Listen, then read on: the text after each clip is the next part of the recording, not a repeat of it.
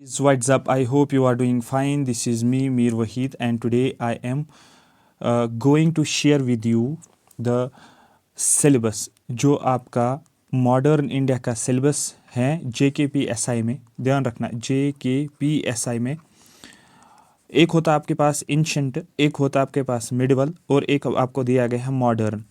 आ रही बात समझ? ये तीन पार्ट दिया गया है आपके सिलेबस में।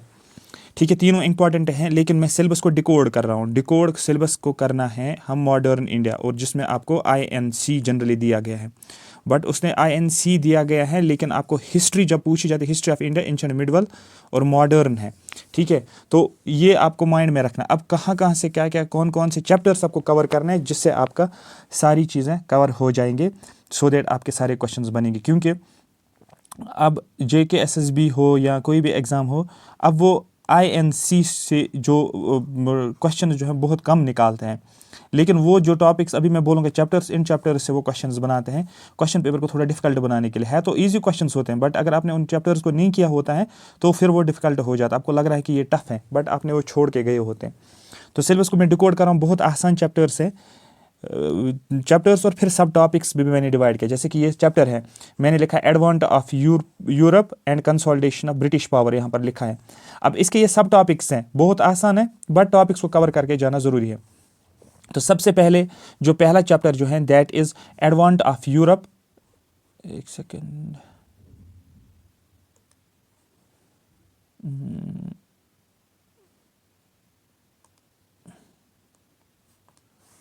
ठीक है, एडवांट ऑफ यूरोप लिखा गया है and consolidation of British power. अब इसमें आपको कौन कौन कौन सी चीज़ को ध्यान रखना है। जैसे कि यहाँ लिखा गया है कि यहाँ पर आपको डायरेक्टली क्वेश्चन एक पूछा जाता है इसके ऊपर, किसके ऊपर, कि पहले जो ब्रिटिशर जो है, पहले जो कंपनीज आई हैं, ईस्ट इंडिया कंपनीज, पहले कौन सी आई, फिर कौन सी आई, फिर कौन सी आई। मतलब पहले पोर्टुगीज आ गए, फिर डच आ गए, फिर इंग्लिश आ गए, फिर डेन्स आ गए, फिर फ्रेंच आ गए। ये तो आपको पहले ही क्वेश्चन बन रहा है। लेकिन आपको पोर्टुगीज के बारे में पढ़ना है, आपको डच के बारे में पढ़ना है, आपको इंग्लिश के बारे में पढ़ना है, आपको डेन्स के बारे में पढ़ना है, आपको फ्रेंच के बारे में भी पढ़ना है। फिर नेक्स्ट जो है India on the eve of British conquest, India की हालत क्या थी, ठीक है, और ब्रिटिश आने से पहले। ठीक है, ये हो गया पहला। दूसरा चैप्टर जो है इसमें, ये तो यूनिट हो गया, ये तो पहला चैप्टर हो गया कि आपने क्या पढ़ा है, यूरोपियंस के बारे में पढ़ा है। उसके बाद इसके अंदर दूसरा चैप्टर जो है that is rise of regional states, Hyderabad के बारे में, अवध के बारे में, बंगाल के बारे में, मैसूर के बारे में, इनके लीडर्स के बारे में जनरली, और वार अगर कोई होता है उसको। जैसे बंगाल में जब पढ़ते हो आप, बंगाल में क्या पढ़ते हो, battle of Plassey, battle of Buxar, और उस पर तो क्वेश्चन पूछे जाते हैं ना। तो वो यही है। क्लियर हो रहा है? इसको मैं थोड़ा सा जूम करता हूँ सो दैट आपको ये समझ में आ जाएगा। ठीक है, रीजनल स्टेट्स हो गया दूसरा चैप्टर, ये चैप्टर का मैं नाम बोल रहा हूँ। ठीक है, उसके बाद जो है बहुत छोटे छोटे चैप्टर्स हैं। थर्ड चैप्टर जो है कि यहाँ पर हम देखेंगे कि जो रीजनल स्टेट्स की कंट्रीब्यूशन क्या है। ठीक है, डेवलपमेंट, आर्ट एंड कल्चर में, अगर इसको पढ़ोगे तो ठीक है, अगर नहीं, बट ये इसी का एक्चुअल में पार्ट है। दूसरा यहाँ पर आपको क्वेश्चन जो बनता है इस चैप्टर से बनता है, चैप्टर का नाम है expansion and consolidation of British power in India. इसमें आपको देखना है काजेज ऑफ ब्रिटिश सक्सेशन, ये टॉपिक है। ठीक है, छोटा सा। ब्रिटिश कॉन्क्वेस्ट ऑफ बंगाल, छोटा सा टॉपिक है। Chronology of rulers in Bengal, पहले कौन सा रूलर आया, उसके बाद कौन सा आया, उसके बाद कौन सा नवाब आया, इस तरीके से। बैटल ऑफ प्लासी, ये टॉपिक्स, ये सब टॉपिक्स हैं। जैसे आप कोई टॉपिक पढ़ते हो ना, जैसे कि आप पढ़ते हो क्लाइमेट ऑफ इंडिया, उसमें आप एटमॉस्फेयर पढ़ते हो, और एटमॉस्फेयर चैप्टर के अंदर आप क्या पढ़ते हो, ट्रोपोस्फीयर, स्ट्रेटोस्फीयर, मेसोस्फीयर, थर्मोस्फीयर, वैसे ही ये बैटल ऑफ प्लासी आपने पढ़ा, 1757 ऑर्डर में पढ़ना है। मीर जाफर का रूल आपको बंगाल में देखना, और बैटल ऑफ बक्सर आप पढ़ोगे 1764। ये इस चैप्टर के अंदर ये टॉपिक्स कवर करने हैं। नेक्स्ट चैप्टर जो है, बहुत छोटे चैप्टर्स हैं, बहुत ज़्यादा छोटे chapters. Mysore resistance of the company, Mysore के बारे में आप पढ़ोगे। Mysore before the British, British आने से पहले मैसूर की हालत क्या थी। फर्स्ट एंग्लो मैसूर वार, सेकंड एंग्लो मैसूर वार, थर्ड एंग्लो मैसूर वार, फोर्थ एंग्लो मैसूर वार। तो यहाँ से आपको ये भी पता चलता है, ये क्रोनोलॉजी, कि जो मैसूर वार्स हैं वो कितने हो गए, 4 हो गए। फिर टीपू सुल्तान के बारे में थोड़ा सा पढ़ना है। ठीक है, जैकोबियन क्लब जो है इसका, उसके बारे में, क्योंकि क्वेश्चन बनते हैं इस यहाँ से। ये आपका सिलेबस डिमांड करता है, ये आपका सिलेबस में है। ठीक है, Anglo Maratha struggle for supremacy, Anglo Maratha, first Anglo Maratha war, second Anglo Maratha war, third Anglo Maratha war, Marathas के बारे में आप पढ़ते हो ना। तो यहाँ से फिर सिंध के बारे में पूछा जाता है, क्योंकि यहाँ पर इंपॉर्टेंट ये होता है, कोई गवर्नर जनरल होता है, उसने कोई पॉलिसी दी होती है और ये पूछा जाता है ये पॉलिसी अगर जो है, ठीक है, तो ये किस में कहाँ कहाँ पे अप्लाई की गई थी। जैसे हम लॉर्ड वेलेस्ली के बारे में पढ़ते हैं, डॉक्टर ऑफ लैप्स किन किन स्टेट्स के अंदर लगाया गया था। इसी तरीके से सिंध के अंदर कौन वॉइस रहा था किस time, conquest of Bengal, Punjab के बारे में ये भी एक चैप्टर है, इसके अंदर ये टॉपिक पढ़ना है पंजाब के बारे में। रंजीत सिंह के ऊपर क्वेश्चन बनता है। यहाँ पर आप ट्रीटी ऑफ अमृतसर भी देखोगे आप, ठीक है, कश्मीर के बारे में भी आप पढ़ोगे। और इंग्लिश, फर्स्ट एंग्लो सिख वार, सेकंड एंग्लो सिख वार कब हुआ है, क्या ट्रीटी हुई है, क्योंकि आपने पढ़ा होता है ट्रीटी ऑफ पेरिस, ये फेवरेट होता है JK SSB के क्वेश्चन यहाँ आप इन टॉपिक से। उसके बाद एक्सटेंशन ऑफ ब्रिटिश पैरामोंट्सी, ठीक है, आप पढ़ते हो policy of ring fence, directly question होता है। Subsidiary alliance by Lord Wellesley, किस स्टेट में सबसे पहले सब्सिडरी अलायंस हुआ है क्या सब्सिडरी अलायंस, और इसमें क्या क्या पॉइंट्स बताए गए। डॉक्टर ऑफ लैप्स का मतलब क्या है, ये ठीक है, ये किसने दिया है doctor of lapse, governor general कौन था इस टाइम पे। तो ये छोटे छोटे टॉपिक्स है इस चैप्टर के अंदर। नेक्स्ट जो है दैट इज़, ये जो है ये भी एक मेन टॉपिक है, इसके अंदर ये सब टॉपिक्स हैं। Relation of British with neighbouring India's, Anglo Bhutan relations, Nepal के बारे में, बर्मा के बारे में, फर्स्ट बर्मा वार, सेकंड बर्मा वार, थर्ड बर्मा वार, एंग्लो तिब्बतियन और एंग्लो अफगान। इस PDF को मैं शेयर करूंगा और आपको बुक पकड़नी और इन टॉपिक्स को कवर करना है। और मैं तो वहाँ से कराऊंगा, ये सेशंस कराऊंगा मैं यूट्यूब के ऊपर, आप उनको भी देख सकते हो, ठीक है। बट इसको आपको देखना है कि सिलेबस डिकोड जो है आपको जो टॉपिक्स कवर करना। अब देखो सेकंड यूनिट जो है इसके अंदर कौन कौन से टॉपिक्स हैं। सिविल अपराइजिंग्स, अब देखो यहाँ पर सन्यासी रिवोल्ट पे क्वेश्चन पूछा जाता है, कहाँ पर हुआ है, कब हुआ है, कौन से लीडर्स होते हैं बिहार बंगाल में। रिवोल्ट ऑफ, ठीक है, मो मारीज, ठीक है, ज़्यादा इंपॉर्टेंट नहीं है, ठीक है। पॉलीगार्स रिवोल्ट JK SSB का फेवरेट होता है, तमिलनाडु में कब हुआ है। पाई का रेबिलियन 1817 में कहाँ पर हुआ, उड़ीसा में। ये सारे एक्चुअल में क्वेश्चंस हैं, ये क्वेश्चंस ही हैं, बट ये आपको एज ए टॉपिक के बारे में थोड़ा थोड़ा पढ़ना है, 2-3 पॉइंट्स। ओहम रिवोल्ट जो है आसाम में हुआ है, ए से आसाम, ए से ओहम, ऐसे मैंने याद किया 1828 में। वहाबी मूवमेंट हुआ है Bihar Bengal, north west frontier province, frontier Gandhi के बारे में पढ़ा होगा आपने इस तरीके से। कुका मूवमेंट कहाँ पर है, पंजाब में, कब हुआ, 1840। और ये क्वेश्चन है, ये एक्चुअल में आपको मैं क्वेश्चन फैक्ट्स बोल रहा हूँ, बट इतना ही आपको नहीं पढ़ना है। जब आप इन टॉपिक्स को नीचे से पढ़ोगे, नीचे से मतलब हो गया अंदर से डिटेल में पढ़ोगे, तो आपको फिर ये समझ में आएगा। ये हो गए 2 यूनिट्स। इसी तरीके से आपको ये चीज़ भी कवर करनी है, ठीक है। रिवोल्ट ऑफ मिदनापुर, और इसमें लीडर्स का इंपॉर्टेंट याद रखना, कहाँ पर हुआ था, बंगाल में हुआ था। इसी तरीके से सिविल अपराइजिंग्स, ठीक है, यहाँ पर भी क्वेश्चन पूछा जाता है। यहाँ पर भी रिवोल्ट ऑफ केरला, उसके बाद रिवोल्ट ऑफ थम्पी, अगर ये नहीं पढ़ोगे ज़्यादातर नहीं पूछा जाता है, बट सिविल अपराइजिंग में कोई रिवोल्ट इंपॉर्टेंट मैं जब कराऊंगा। ट्राइबल रिवोल्ट्स, तो ये तो हॉट टॉपिक बनता है जो, क्योंकि अगर आप देखोगे ना पिछले JK SSB के पेपर्स देखो, ट्राइबल रिवोल्ट्स के ऊपर क्वेश्चन है, पीजेंट्स मूवमेंट्स के ऊपर क्वेश्चन बार बार, ठीक है, ठीक है। पहा रियास रेबिलियन, ठीक है, राजा महल हिल्स, ठीक है, राजमहल हिल्स, रिवोल्ट ऑफ तिलका, ठीक है, जिसको संथाल परगना। उसी तरीके से जुंगल महल रिवोल्ट, चोर अपराइजिंग जिसको बोलते हैं, संथाल रेबिलियन के ऊपर क्वेश्चन बिहार में है। खोंड अपराइजिंग, ठीक है, इसी तरीके से बिरसा मुंडा, ठीक है, तो ये क्वेश्चन पूछा जाता है बिरसा मुंडा के ऊपर, झारखंड रांची में जो देखने को मिला। Tribal movements of north eastern regions में भी क्वेश्चंस बनते हैं। तो ये हो गया एक और चैप्टर। उसके बाद अब देखो कितना इजी हो गया। तो दैट मीन्स रिवोल्ट ऑफ 1857 से पहले ये चीज़ें हुई है। अब आप रिवोल्ट ऑफ 1857 में आते हो। रिवोल्ट ऑफ 1857 में क्या पूछा जाएगा, इसका शुरुआत कैसे हुई, इसके काजेज क्या, ये कैसे स्प्रेड हुआ, इसका एनालिसिस, मतलब बाकी लीडर्स ने क्या बोला, ये इसकी क्या बोलते हैं उसको, कौन कौन से लीडर्स थे, इसके कौन कौन से प्लेसेस पे ये लीडर्स हमें देखने को मिले, ये सारी चीज़ें। उसके बाद सोशो रिलीजियस रिफॉर्म मूवमेंट, जैसे कि हमें क्वेश्चन पूछा जाता है किसके ऊपर, आपको क्वेश्चन पूछा जाएगा सती के ऊपर, आपको क्वेश्चन पूछा जाएगा। एबॉलिशन ऑफ सती किसने करवाया है, राजा राममोहन राय ने पढ़ा है। फीमेल इन्फेंटिसाइड डेट पूछा जाता है। वीडो मैरिज एक्ट ये कब पास किया है, किसने पास किया है। एजुकेशन ऑफ वुमेन के ऑर्गेनाइजेशंस के बारे में पूछा जाता है। इसी तरीके से राजा राममोहन राय, ठीक है। उसके बाद लेटर ब्रह्मो समाज के बारे में, प्रार्थना समाज, यंग बंगाल मूवमेंट, इनके ऊपर डायरेक्टली क्वेश्चंस होते हैं। ये छोटे छोटे टॉपिक्स हैं, मतलब ये टॉपिक का नाम है, अंदर 2-2 पॉइंट्स आपको याद रखना है, सिर्फ 2-2 3-3। यंग बंगाल मूवमेंट, इसी तरीके से ईश्वर चंद्र विद्यासागर के ऊपर क्वेश्चंस बनता है कौन था ये, ठीक है। नेक्स्ट जो है आपको देखना है, ठीक है, इंपॉर्टेंट जो मैं बोल रहा हूँ तो वो आपको याद रखना है, ठीक है। ज्योतिरिया जियो तो रियो, ठीक है, सॉरी ज्योति रियो फुले जिसको बोलते हैं हम, ठीक है। इसी तरीके से यहाँ पर अगर देखोगे servants of Indian society, directly question बनता है। दादा भाई नौरोजी आप पढ़ते हो इस तरीके से। Social service movement, directly question पूछा जाता है। रामाकृष्ण मिशन, स्वामी विवेकानंद पूछा जाता है। दयानंद सरस्वती का दर्शन, मूल शंकर। तो इस तरीके से आप ऑर्डर में पढ़ोगे तो आपको तसल्ली भी हो जाएगी कि नहीं मेरा सिलेबस जो अच्छे तरीके से जा रहा है, और इसको बहुत कम टाइम लगेगा पढ़ने में आपको। Self respect movement, justice movement, Madras Hindu association के बारे में पूछा जाता है। इसी तरीके से फिर यहाँ पर मैं आपको बोलूँगा थियोसॉफिकल सोसाइटी एनी बेसेंट के ऊपर डायरेक्टली क्वेश्चन बनता है, ठीक है। इसी तरीके से फराइजी मूवमेंट पूछा जाता है, तीतू मीर्स मूवमेंट होता है, सरसैद अहमद खान के अलीगढ़ मुस्लिम यूनिवर्सिटी के बारे में क्वेश्चन पूछ सकते हैं, ठीक है। सिक्स के रिफॉर्म्स में क्या क्या लाया गया है। इसी तरीके से ये कंप्लीट जब होता है तो, और अब जहाँ तक मैंने अभी आपको बताया ना 4 यूनिट्स, जो पहले 4 चैप्टर्स मैंने आपको बताए, यहाँ पर आप एक्सपेक्ट करोगे एग्जामिनर टफ पेपर बना सकता है इन ही साइड से, जहाँ तक मैंने अभी बताया, क्योंकि इनको आप छोड़ कर जाते हो और आप यहाँ से पढ़ते हो। पढ़ना तो है ये तो डेफिनेटली पॉइंट है, बट एग्जामिनर सारे क्वेश्चन यहाँ से नहीं देता है इंटरनेशनल मूवमेंट से। जब आप इंटरनेशनल मूवमेंट पढ़ते हो, आप पढ़ते हो मॉडरेट एक्सट्रीमिस्ट गांधीयन फेज, ठीक है। यहाँ से ही क्वेश्चंस नहीं बनते।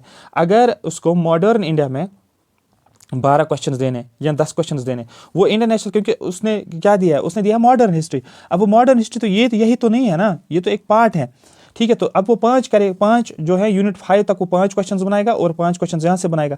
अब इस पोर्शन में जो 5 क्वेश्चंस बनेंगे वो सारे स्टूडेंट्स करेंगे क्योंकि उन्होंने अच्छे से पढ़ा होता है।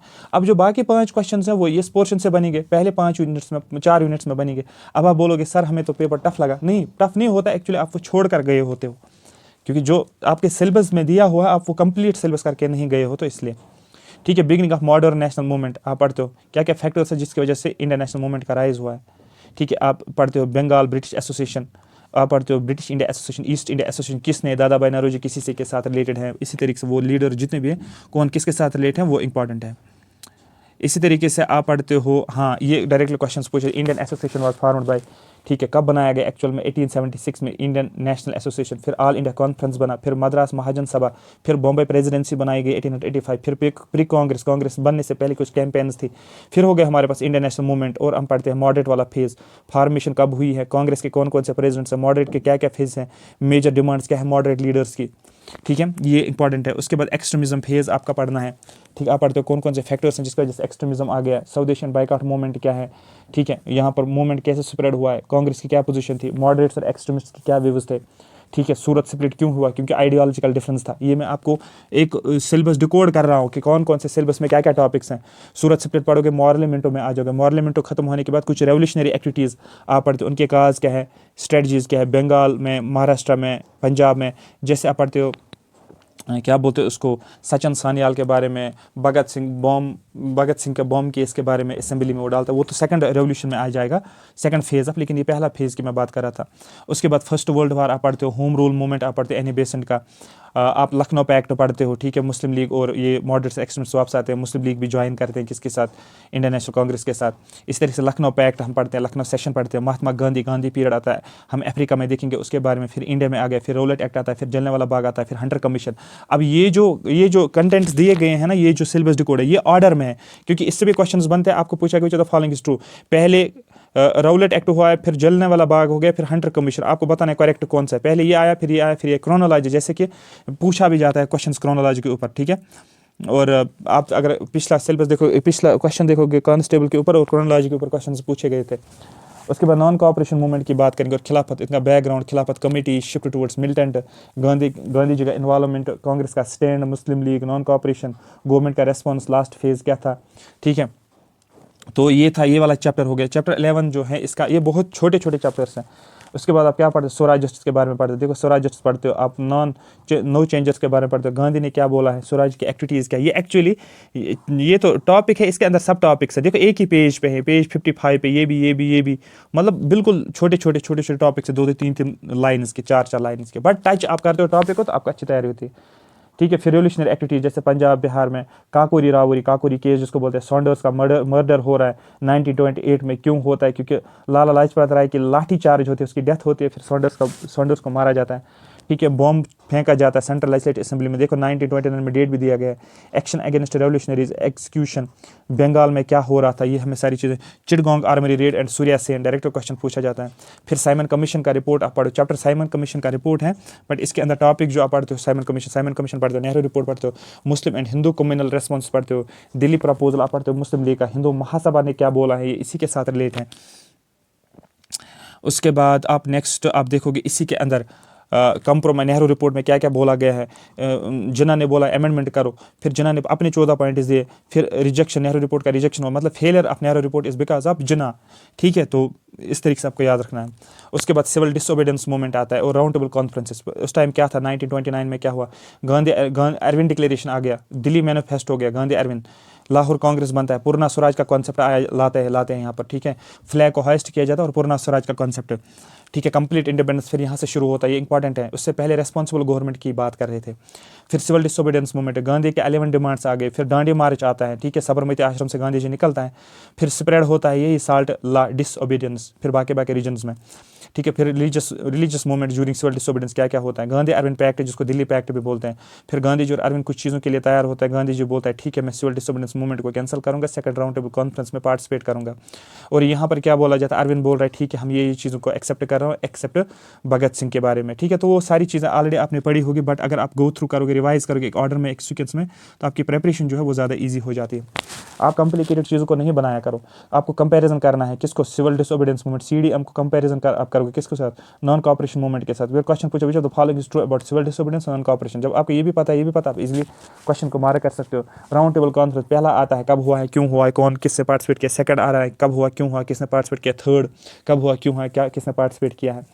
फिर दैट मीन जब गांधी जी ने सेकंड राउंड टेबल कॉन्फ्रेंस में पार्टिसिपेट किया है, तो पार्टिसिपेट करने के बाद वहाँ पर कोई रिजल्ट नहीं मिला है। जब रिजल्ट नहीं मिला, गांधी जी वापस आ गए और उसने फिर सिविल डिसोबीडियंस जो यहाँ पर स्टार्ट किया था ना उसने, अब यहाँ पर वो रिज्यूम कर रहा है, इसको बोलते हैं resumption of civil disobedience movement. This was because of the failure of the second round table conference. ठीक है, the demands of the Gandhi or Indian National Congress were not met in the second round table conference, so as a result of which Gandhiji resumed the civil disobedience movement। ठीक है, change government attitude after second round table conference में जो government थी, British government, उनका attitude change हो गया और उन्होंने फिर इस सिविल डिसोबीडियंस मूवमेंट को कंप्लीटली रिप्रेस किया। फिर कम्युनल अवार्ड आता है, वही सेपरेट इलेक्टोरेट वाला कॉन्सेप्ट है। फिर पुणे पैक्ट आता है, फिर round table conferences and Gandhi's opposition. ठीक है, उसके बाद मेन प्रोविजन कम्युनल अवार्ड जो यहाँ पर बात की गई थी उसके कुछ प्रोविजन है, गांधी ने क्या बोला है, और पूना पैक्ट क्या था, ये 1932 वाला पुणे पैक्ट में पूछा गया है। ये डायरेक्टली क्वेश्चन इंपॉर्टेंट है, क्या है ये पुणे पैक्ट, ये समझना है। और आपको पता है कि गांधी जी और BR अम्बेडकर के बारे में, ठीक है, देखो डेट दिया गया 32, पुणे पैक्ट 32, जॉइंट इलेक्टोरेट की बात की गई और इसका इम्पैक्ट क्या था। ठीक है, ये बिल्कुल छोटे छोटे टॉपिक्स हैं, बहुत छोटे टॉपिक्स हैं, बट ये सारी चीज़ें कवर हो जाएंगी। गांधी हरिजन कैंपेन, तो क्वेश्चन पूछा जाएगा कि हरिजन कैंपेन किसने चलाई, गांधी जी ने चलाई है। गांधी हरिजन कैंपेन, गांधी जी के व्यूज़ उसने कास्ट के बारे में क्या बोला है। उसके बाद गांधी जी का क्या आइडिया था और अम्बेडकर का क्या आइडिया था, क्वेश्चन पूछा जाता है इसके ऊपर MCQs में डायरेक्टली। उसके बाद आपको एक और क्वेश्चन पूछा जाएगा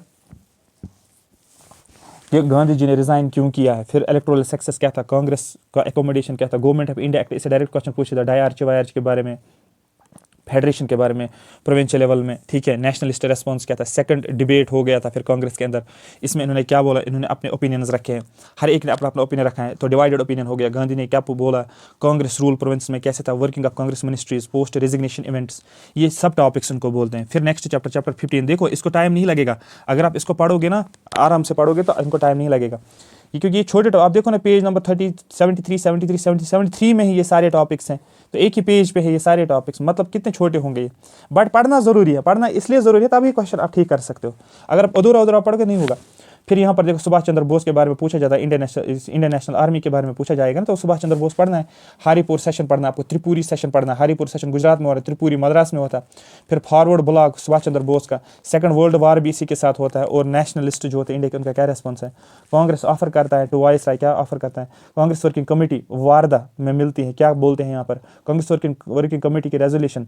ठीक है, गवर्नमेंट का रेस्पॉन्स क्या है, कांग्रेस का हिडन एजेंडा, गवर्नमेंट का हिडन एजेंडा क्या था। ठीक है, कांग्रेस वर्किंग कमेटी, इसके ऊपर डायरेक्टली क्वेश्चन बनता है कांग्रेस वर्किंग कमेटी के ऊपर। फिर अगस्त ऑफर क्या था, आप बोलोगे सर अगस्त ऑफर 1940 में डायरेक्टली पूछा जाता है। क्रीपस मिशन के ऊपर क्वेश्चन पूछा 1942, क्वेश्चन कैसे बनता है, पहले अगस्त ऑफर आया कि क्रीपस मिशन आ गया, तो आप बोलो पहले अगस्त ऑफर, फिर इंडिविजुअल सत्याग्रह, फिर क्रीपस मिशन, AIC आपको याद रखना होता है। ठीक है, ऑल इंडिया आप इसको ऑल इंडिया कॉन्फ्रेंस भी याद रख सकते हो। तो पहले 1940, तो यहाँ पर 40 लिखोगे, तो यहाँ पर इंडिविजुअल सत्याग्रह का डेट अगर याद नहीं होगा, लेकिन यहाँ पर 42 करोगे तो आप क्रोनोलॉजी बोल सकते हो। तो यहाँ पर क्या बोलना है, क्रीपस मिशन का क्या था, क्यों लाया गया था, क्या रीजन थे क्रीपस मिशन फेल हुआ। क्वेश्चन आपको बनेगा क्रीपस मिशन फेल हुआ कि सक्सेस हुआ था, फेल हुआ, क्यों फेल हुआ। ठीक है, तो ये आपको पता होना चाहिए।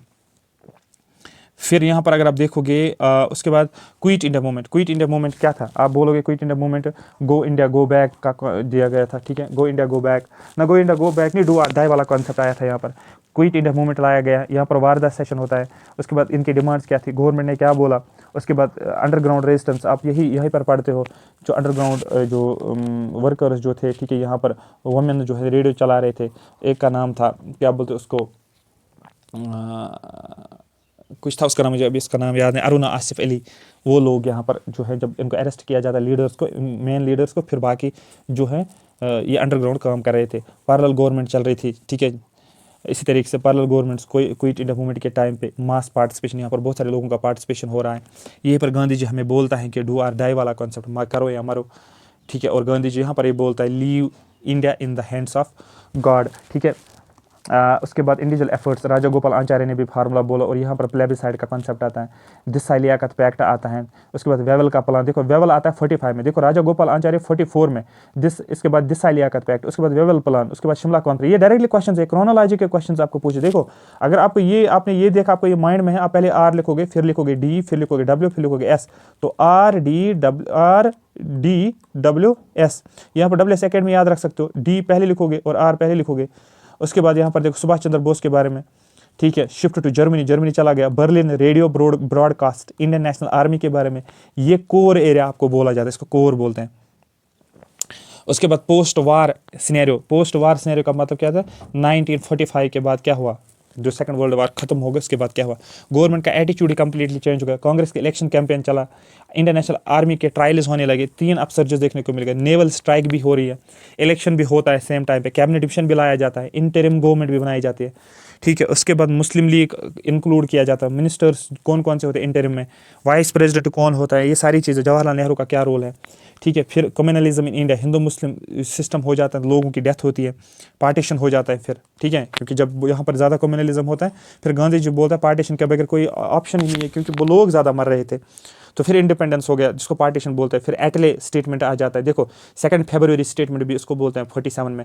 कांग्रेस ने एक्सेप्ट क्या किया, माउंटबेटन एज वाइस राय क्यों लाया गया, ठीक है। अब माउंटबेटन ने 15 अगस्त को ही क्यों लिया गया, ये डायरेक्टली क्वेश्चन आपको पता भी होना चाहिए, क्योंकि वर्ल्ड वार सेकंड जब हुआ था तो ये कमांडर था आर्मी का वर्ल्ड वार सेकंड में, ये माउंटबेटन। और फिर क्या हुआ कि इसने उनको हराया, जो आई थिंक जापान जो था उसने सरेंडर किया इसके सामने, क्या नाम है इसको, माउंटबेटन के सामने, और वो दिन जो था बड़ा दिन था इसके लिए, क्या नाम है इसका, माउंटबेटन। और फिर इसने 15 अगस्त इंडिया के लिए भी रखा, 15 अगस्त। तो यहाँ पर आप याद रखें, acceptance of dominion states, partition plan, ये सारी चीज़ें आपको पता होनी चाहिए। देखो मैंने पूरा डिकोड किया है, पूरा डिकोड किया है, ठीक है। उसके बाद जो है इंडिया इंडिपेंडेंट एक्ट आपको पढ़ना पड़ेगा, डायरेक्टली क्वेश्चन पूछा जाता है, ठीक है। फिर इंटीग्रेशन ऑफ स्टेट्स अगर नहीं पढ़ोगे, ये आपका पॉलिटी का पार्ट है, एक्चुअल में पॉलिटी का पार्ट है, क्योंकि स्टेट्स को फिर इंटीग्रेट किया जाता है ना, ठीक है। फिर वो आगे पॉलिटी का एक्चुअल में पार्ट बनता है, बट यहाँ पर इसको छोड़ोगे। लेकिन यहाँ से आपका क्वेश्चन कैसे बनता है, इनके इसके बाद जो चैप्टर्स है ना, ये फ्री चैप्टर्स है। फ्री चैप्टर्स का मतलब एग्जाम अगर आप यहाँ से इसके जरिए से ये चीज़ें कवर कर रहे हो तो ठीक है, अगर नहीं, अगर अलग से आप पढ़ना चाहते हो इनको, जैसे कि अभी मैंने क्या बोला था आपको पढ़ना है गवर्नमेंट ऑफ इंडिया एक्ट 1935, बोला था ना, गवर्नमेंट ऑफ इंडिया एक्ट 19, यहाँ पर आप अलग से पढ़ो इन एक्ट्स को, या जो आपने पीछे जो बैकग्राउंड जाना है आप वहाँ से भी पढ़ सकते हो क्रोनोलॉजी के हिसाब से। तो ये क्या है, ये 2-3 पेज पे आपको देखने को इंपॉर्टेंट पॉइंट, जैसे कि यहाँ से एक या 2 क्वेश्चन पूछे थे, 1 या 2 क्वेश्चन पूछे जाते हैं, जो JKS में तो इसको 2-3 क्वेश्चन इस PDF से इससे पूछे जाते हैं, इस लाइन से, क्योंकि वहाँ पर एक्ट्स के ऊपर ज़्यादा क्वेश्चन पूछे जाते हैं। और JKSSB का कोई भरोसा नहीं, वो यहाँ से 2-3 क्वेश्चन निकाल सकते हैं। ड्यूअल सिस्टम गवर्नमेंट कब आया था, उसके बाद रेगुलेटिंग एक्ट, फिर अमेंडमेंट किया गया 1881, फिर पीट्स इंडिया एक्ट लाया गया, फिर एक्ट ऑफ 1876, 93, 13, 33, 53, देखो 20 साल का टाइम पीरियड रिन्यू कर रहे थे इसको। फिर act of better government act 1858 आया, 61, 92, बजट किस टाइम पे आया है, इलेक्शन किस टाइम पे आया है, सिविल सर्विस का कॉन्सेप्ट किस टाइम पे आया है, सेपरेट इलेक्टोरेट कब आया है, ठीक है, सेपरेट इलेक्टोरेट का एक्शन कब किया गया है, डायरची कब लाई गई है, डबल गवर्नमेंट कब लाया गया है, फेडरलिज्म कब आया है, इसलिए यहाँ पर इंपॉर्टेंट बनते हैं, ठीक है। उसके बाद आपको देखना है इंपॉर्टेंट जो है, एक सेकेंड, हाँ देखो यहाँ से क्वेश्चन बनता है आपका रिंग फेंस पॉलिसी क्या होती है, ये क्वेश्चंस, मतलब जो आपके एग्जाम में क्वेश्चंस पूछे जाते हैं वो टॉपिक्स आपको यहाँ से कवर करना है। आप बोलोगे सर ये तो लंबा नहीं है, ये बहुत आसान है, ये बहुत आसान है, बट ये सब टॉपिक्स में मैंने डिवाइड किया इसको, ठीक है। उसके बाद आप देखो यहाँ पर क्वेश्चन पूछा जाता है, या 100% पूछा जाता है, वारन हेस्टिंग के रेवेन्यू सिस्टम क्या होता है, परमानेंट सेटलमेंट क्या होता है, रायतवारी क्या होता है, महलवारी सिस्टम क्या होता है। महलवारी सिस्टम को बोला जाता है टेम्परेरी सेटलमेंट सिस्टम के नाम से भी जाना जाता है। ये किसने लाया है, कहाँ पर लाया है, कितना इसमें ये है, कौन एब्सेंट लैंडलॉर्डिज्म का मतलब क्या है, परमानेंट सेटलमेंट लाया किसने, उस टाइम गवर्नर जनरल को था, किन किन एरियाज में लाया गया, डायरेक्टली क्वेश्चन है इनसे। ठीक है, आया समझ। और ये हो गया, तो ये वाला पोर्शन आपको छोड़ना है। ठीक है, अब देखो आगे। अब यहाँ पर क्वेश्चन कैसे बनता है, क्वेश्चन आपका यहाँ से इस एरिया से जो बनता है, वन सेकेंड, इस एरिया से क्वेश्चन, हाँ, ब्रिटिश की पॉलिसी वही दादा भाई नरोजी भाई इकोनॉमिक क्रिटिक्स, मतलब होता है वही poverty and un British rule in India, वो जो उसने बुक लिखी है उसी में उसे क्रिटिसाइज किया जाता है। इकोनॉमिक ड्रेन थ्योरी जनरली यहाँ पर बात की जाती है, जो क्वेश्चन पूछा भी जाता है।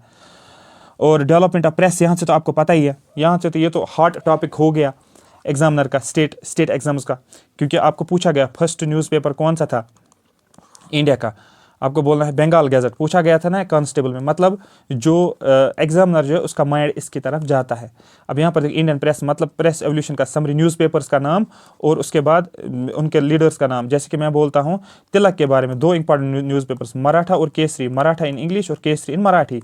इस तरीके से एनी बेसेंट की बात करेंगे, न्यू इंडिया और कॉमनवेल्थ, इसी तरीके से याद करेंगे। यंग इंडिया की बात करेंगे, गांधी जी के बारे में।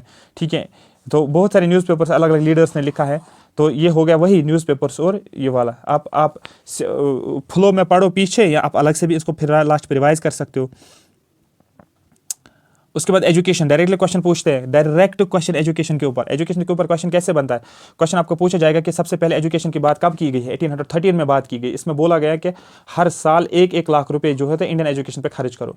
फिर इसमें कंट्रोवर्सी भी होगी लैंग्वेज के बेसिस पे, ओरिएंटलिस्ट्स और इंग्लिसिस्ट्स के बारे में। मैकुले माइन्यूट भी बोला जाता है, मैग्ना कार्टा, आप हाँ नहीं, ये नहीं है, वो है वुड्स डिस्पैच, जिसको मैग्ना कार्टा बोलते हैं इंडियन एजुकेशन का, वुड्स डिस्पैच। अब क्वेश्चन कैसे बनेगा, आपको क्वेश्चन आपको इसमें से बनेगा, आपको पूछा जाएगा पहले लॉर्ड मैकुले माइन्यूट कब आया है, 1835 में, सबसे पहला ये क्वेश्चन बनता है। उसके बाद आपका क्वेश्चन बनता है वुड्स डिस्पैच क्यों लाया, कब लाया गया, 1854 में। अब ये वुड्स डिस्पैच क्या है ये समझना जरूरी है, क्या क्या बात की गई है इसमें। उसके बाद हंटर एजुकेशन, देखो एक हंटर कमीशन लाया गया था जब चोरी चोरा इंसिडेंट होता है, जलियांवाला बाग, आई थिंक जलियांवाला बाग, हाँ जलियांवाला बाग जब होता है, और फिर हंटर कमीशन लाया जाता है। एक हंटर कमीशन एजुकेशन के ऊपर है, अब ये 82 में लाया गया था। इंडियन यूनिवर्सिटी एक्ट 1904, अब इस टाइम पे जो वाइस राय होता है, गवर्नर जनरल इंडिया जो होता है, वाइस राय जो होता है उसका नाम होता है कर्जन। और क्वेश्चन पूछा जाता है कि इंडियन यूनिवर्सिटी एक्ट किसके टाइम पे था। ठीक है, और उसके बाद सैडलर का यूनिवर्सिटी कमीशन भी पूछा जाता है, ये डेट्स एक्चुअल में पूछा जाता है, तो ये आपको बोलना है 1917। एजुकेशन अंडर डायआर्ची में क्या था, हरतोंग कमेटी, सार्जेंट प्लान, वार दस। अब बोले कि सर इससे क्वेश्चंस आते हैं, हाँ इससे क्वेश्चंस आते हैं, आपको क्वेश्चन डेट दिया जाएगा, आपको पूछा जाएगा लॉर्ड मैकुले माइन्यूट ये किस साल आया है, आपको 1835 टिक करना। आपको पूछा जाएगा वुड्स डिस्पैच कब आया है, आपको बोला 1854। आपको पूछा जाएगा Magna Carta of Indian constitution किस, Magna Carta of Indian education क्या है, आपको बोला वुड्स डिस्पैच है। हंटर कमीशन क्या है, रिलेटेड एजुकेशन है, किसके रिलेटेड, आपको बोलना एजुकेशन के रिलेटेड है, अगर वहां पर चोरी चोरा इंसिडेंट नहीं दिया गया होगा। ठीक है, आया समझ। पीजेंट मूवमेंट, इससे भी जेकेएस, अगर आप प्रीवियस 6 साल के क्वेश्चंस देखोगे, जेकेएसएसबी के क्वेश्चंस यहाँ से भी बनते हैं। पीजेंट मूवमेंट्स में देखो क्या इसने सिलेबस में पीजेंट मूवमेंट लिखा था, नहीं लिखा था पीजेंट मूवमेंट, क्वेश्चन पूछा, क्योंकि ये आपका इंडियन नेशनल मूवमेंट का पोर्शन जो उसी का पार्ट है। ठीक है, और यहाँ पर देखो cause of peasant movement, consequence क्या, इंडिगो रिवोल्ट पे क्वेश्चन पूछा गया था 1859 में, 2 बार जेकेएसएसबी ने यस पूछा गया। पाबना पे पूछा, डेक्कन राइट्स पे पूछ सकते हैं ना, पीजेंट मूवमेंट्स आफ्टर 1857 में, रिवोल्ट 1857 के बाद क्या हुआ। ठीक है, वो यहाँ पर इंपॉर्टेंट। अब यहाँ पर क्वेश्चन पूछ सकते हैं ना, इक्का मूवमेंट कहाँ पर है, मिपला। ठीक है, मिपला रिवोल्ट 1921 में, बारदोली सत्याग्रह बहुत ज़्यादा इंपॉर्टेंट है, बारदोली 1926-28, ऑल इंडिया किसान कांग्रेस जिसको किसान सभा, यहाँ पर क्वेश्चन पूछते हैं, किसान सभा मूवमेंट जो है इससे भी क्वेश्चन है। उसके बाद पीजेंट्स मोबिलाइजेशन, अगर ये पढ़ोगे भी नहीं कोई इशू नहीं है, बट यहाँ सब तक जो मैंने आपको बताया उनको आपको माइंड में रखना है, एक एक पॉइंट, सिर्फ एक एक पॉइंट बस। तिबिका मूवमेंट बंगाल में, यस क्वेश्चन पूछा जाता है। उसके बाद यहाँ पर आपको क्वेश्चन पूछ सकते हैं इंडस्ट्रियल एक्सप्लॉयटेशन, लीव इट, इसको आप छोड़ सकते हो, अगर अपनी मर्जी है आप इसको छोड़ सकते हो, बट यहाँ पर क्वेश्चन पूछा जाता है कि क्या नाम है इसका, मीरठ कॉन्स्पिरेसी केस पे क्वेश्चन पूछा जाता है आपको। All India trade union Congress के ऊपर क्वेश्चन पूछा जाएगा, ठीक है आपको। हाँ, सेकंड वर्ल्ड वार के ऊपर क्वेश्चन वैसे भी पूछे जाते हैं, डेट वेट कभी दिया तो पूछ सकते हैं। अब ये देखो, ये क्वेश्चन तो इसमें से बनता है क्वेश्चन, यस इससे बनता है। और रॉबर्ट क्लाइव के ऊपर देखो, गवर्नर ऑफ बंगाल, ये गवर्नर जनरल नहीं था, ये गवर्नर था। तो सबसे फर्स्ट गवर्नर ऑफ बंगाल आपको Robert Clive, last governor of Bengal Robert Clive ही था। फिर first governor general of Bengal आपको बोलना है वारन हेस्टिंग, ठीक है। और Lord Cornwallis, sir John Shore, Wellesley. अब आपको क्वेश्चन कैसे पूछेगा, पहले कौन सा था, फिर कौन आया, फिर कौन आया, डेट के हिसाब से आप पढ़ सकते हो, ठीक है। ये आप इस तरीके से WLSL आप याद रख सकते हो, WLSL। तो Warren Hastings, Lord Cornwallis, sir John Shore, Lord Wellesley, ठीक है। उसके बाद आप देखो यहाँ पर, ठीक है, मिंटो, लॉर्ड मिंटो के बारे में आप पढ़ते हो 1807 1813। हेस्टिंग्स के बारे, विलियम बेंटिक, बहुत ज़्यादा इंपॉर्टेंट, इसके टाइम पीरियड पे क्वेश्चन पूछा जाता है। और यहाँ पर ये सती के साथ भी रिलेटेड ये भी क्वेश्चन पूछा जाता है। मैटकाफ, ऑकलैंड की पॉलिसी एक होती है, अफगान पॉलिसी ऑफ ऑकलैंड, क्योंकि ए अफगान ए ऑकलैंड। हार्डिंग के ऊपर क्वेश्चन पूछा जाता है 44। लॉर्ड डलोजी के ऊपर पूछा जाता है, डॉक्टर ऑफ लैप्स वाला। लॉर्ड कैनिंग के बारे में पूछा जाता है, 1857 है तो रिवोल्ट ऑफ 1857 में कैनिंग ही होगा। फिर वाइस राय का लिस्ट आता है, मतलब लॉर्ड कैनिंग लास्ट वाइस राय होता है, और Lord Canning last governor general होता है, और लॉर्ड कैनिंग फर्स्ट वाइस राय देखने को मिलेगा, ठीक है। इस तरीके से आपको ये सारी चीज़ें पूछी जाती है, ठीक है। उसके बाद क्योंकि आ गया समझ, अब देखो इस PDF को देखोगा आपको, आप एक क्विक रिव्यू, उसको बोलते हैं क्विक रिवीजन करना, जो पॉइंट्स आपको याद आते हैं आप उनको कर सकते हो। इसके बाद जॉन लॉरेंस, लॉर्ड मायो के बारे में पूछा जाता है, इसने शायद सुसाइड किया था, या ये क्वेश्चन जनरली पूछा जाता है लॉर्ड मायो के बारे में। ये जनरली आपको जितना मुझे अभी याद आ रहा है, इसको असैसिनेट किया गया था कि या ये किसी चीज़ के साथ रिलेट है, बड़ा एक इंपॉर्टेंट है, सेंसस के साथ रिलेट है शायद। उसके बाद लॉर्ड लिटन के बारे में, ठीक है, वर्नाक्यूलर प्रेस एक्ट आप पढ़ते हो, Lord Ripon vernacular press act पढ़ते हो लॉर्ड रिपन के टाइम पे, ये लॉर्ड लिटन के टाइम पे। और उसके बाद जो है लॉर्ड रिपन के टाइम पे भी आप इंपॉर्टेंट चीज़ें पढ़ते हो, जैसे कि जितना मुझे अभी क्लिक हो रहा है माइंड में, वो जज और उसके बारे में, वो जज केस था कुछ रिलेटेड। एक तो वर्नाक्यूलर प्रेस एक्ट और दूसरा था अभी याद नहीं आ रहा मुझे। डफरिन के बारे में, डफर आप पढ़ते हो 88 में, दैट मीन्स 1885 का टाइम पीरियड है, 84 से 88 तो 85, तो इस टाइम इंडियन नेशनल कांग्रेस भी बनता है। फिर कर्जन आप पढ़ते हो, पार्टीशन ऑफ बंगाल। अब देखो रिवाइज कैसे करना है, ये इस तरीके से आपको हर एक के बारे में कुछ ना कुछ आइडिया होना चाहिए। उसके बाद लॉर्ड मिंटो आ गया, ठीक है, मॉरली मिंटो रिफॉर्म पढ़ते हो। लॉर्ड हार्डिंग आ गया, इस टाइम क्या होता, पार्टीशन ऑफ बंगाल को कैंसिल किया जाता है, क्योंकि 1911 में आ जाता है ना थर्ड दिल्ली दरबार जिसको बोलते हो। चेम्सफोर्ड 1921 तक है, तो 1919 आएगा, Montagu Chelmsford reform. Lord Reading, यहाँ पर आप देखो रीडिंग का time. Irwin, Lord Irwin, that is Gandhi Irwin pact आप पढ़ते हो। विलिंगडन, लिनलिथगो पढ़ते हो, वेवल पढ़ते हो, फिर माउंटबेटन पढ़ते हो। जब माउंटबेटन पढ़ते हो फिर इंपॉर्टेंट सेक्शंस एक ही पेज पे ये कवर करना है, आपका परमानेंटली फिक्स हो जाएगा। किसको, आपका जो हिस्ट्री है, कौन सा वाला हिस्ट्री, एंशिएंट और मिडिवल के बाद जो हिस्ट्री जिसको मॉडर्न हिस्ट्री बोलते हैं, ये आपका कॉम्प्रहेंसिव तरीके से तैयार हो जाएगा। जब तक आप इस क्रोनोलॉजी इस तरीके से नहीं पढ़ोगे, आप जो हैं अच्छे तरीके से तैयारी करके नहीं जा सकते हो, क्योंकि आप जो आपका सिलेबस दिया गया है यहाँ पर नहीं मेंशन है कि एग्जामिनर को एक सब्जेक्ट से 2 क्वेश्चंस देने हैं, 10 देने हैं, 15 देने हैं। उसका दिमाग चलेगा तो वो मॉडर्न से 10-20 क्वेश्चंस दे सकता है, वो पॉलिटी को छोड़कर इस पे आ सकता है। उसका दिमाग चलेगा वो पॉलिटी से 10-20 दे सकता है और एंशिएंट मिडिवल छोड़ सकता है। उसका दिमाग चलेगा तो वो एंशिएंट में 10-20 दे सकता है और मॉडर्न को छोड़ सकता है। जैसे पिछली बार हुआ था, जनरल साइंस से 20 क्वेश्चंस आ गए थे, जो आपका JKPSI का था। पिछले JK जनरल साइंस से 20 क्वेश्चंस थे, तो आप खुद देखो। तो इसलिए मतलब सिलेबस को करना पड़ेगा आपको, ठीक है। तो अगर आप यहाँ पर देखोगे, मैं आपको दिखाता हूँ ये वाला पोर्शन, ये वाला यूनिट 1, यूनिट 2, यूनिट 3, यूनिट 4, ठीक है, यहाँ तक। यहाँ आप एक्सपेक्ट करोगे अगर एग्जामिनर 10 क्वेश्चंस देता है, सपोज 10 या 12 क्वेश्चंस देता है, यहाँ से आपके 5 क्वेश्चंस इन टॉपिक से बनेंगे। फिर इंडियन नेशनल मूवमेंट से आपको 3-4 क्वेश्चंस बनेंगे, ठीक है, हो गया ये वाला। और उसके बाद जो है आपके क्वेश्चन जो बनेंगे, ये इस वाले पोर्शन से आपके क्वेश्चंस बनते हैं। कहाँ गया ये, कहाँ गया, एक सेकेंड। इंडिपेंडेंस के बाद वाला पोर्शन जो मैंने बताया था आपको, हाँ ये वाला रॉयतवारी सिस्टम वाले रीजन्स, ये वाले region, peasant movement, governor general का लिस्ट, इसके ऊपर क्वेश्चन, न्यूज़पेपर्स के ऊपर, इंपॉर्टेंट सेशंस के ऊपर क्वेश्चंस बन सकते हैं। तो इस तरीके से आपको ये चीज़ डिवाइड करनी है। तो एक्चुअली आपको हिस्ट्री पढ़ना है पहले, रिवोल्ट ऑफ 1857 से पहले वाला पोर्शन, रिवोल्ट ऑफ 1857 से लेकर 1947 तक वाला पोर्शन 2, और उसके बाद जो होता है कुछ इंपॉर्टेंट सेक्शंस होते हैं, वॉइस राय का लिस्ट होता है, न्यूज़पेपर्स होते हैं आपके पास, या कुछ एजुकेशन के रिगार्डिंग एक चैप्टर आपके पास है, आपके पास है पीजेंट रिवोल्ट, ट्राइबल रिवोल्ट, ये 6 7 8 चैप्टर्स अलग से पढ़ने हैं। फिर अगर इन चैप्टर से क्वेश्चन पूछेगा, 4 क्वेश्चन यहाँ से भी बन सकते हैं, 4 आप यहाँ से रखो, 4 आप यहाँ से रखो, 4 4 8 4 12, और आप आराम से सारे क्वेश्चन इजीली हैंडल कर सकते हो। तो ये सिलेबस डिकोड था आपका जो हिस्ट्री का पोर्शन दिया गया। टफ नहीं है, बहुत ईजी, आपने ऑलरेडी पढ़ा होगा, बट अब किस तरीके से पढ़ना है मैंने आपको बताया हुआ है। इस पीडीएफ को डाउनलोड करो, इसका प्रिंट निकालो और अपने फाइल में रखो, सो दैट जब भी आप रिवाइज करोगे ना, आपको पता चलेगा आज दिन में मैंने ये किया रिवाइज, यहाँ कल दिन में मुझे इतना रिवाइज करना, परसों मुझे इतना रिवाइज करना, परसों मुझे इतना रिवाइज करना, फिर परसों इतना, मुझे 10 दिन में मुझे सारा रिवाइज करना। इस तरीके से आया समझ, तो ये आपको बहुत ईजी हो जाएगा। Thank you so much for watching me.